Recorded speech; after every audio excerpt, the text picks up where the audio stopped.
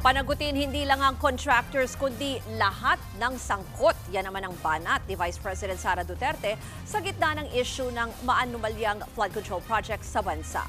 Ayon sa Vice Presidente, dapat imbestigahan maging ang mga miyembro ng Kamara na sangkot umano sa korupsyon.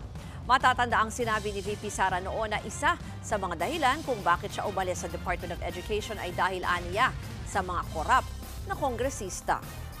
Yung mga contractors ay mga tauhan din sila ng mga members of the House of Representatives. Kung maalala ninyo, binagyat ko doon na 2 tao lang ang nagde-decide sa budget ng Pilipinas. Yun ay si Martin Romualdez at si Zaldico. At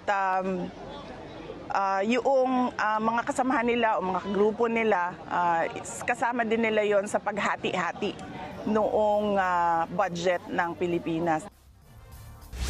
Giit ng Vice Presidente, duda siya sa naging revelasyon ni Pangulong Bongbong Marcos sa mga pangalan ng mga contractor ng gobyerno. Aniya, naghahanda lang ang Pangulo sa kanyang idadahilan sa taong bayan. Nabanggit namin yon kay BBM na ganun ang ginawa, pero noon ay wala siyang reaction, tapos bigla ngayon meron na siyang reaction. Paniwala ko ginagawa nila yan para lang sabihin sa susunod na baha na tingnan nyo, may ginawa naman kami.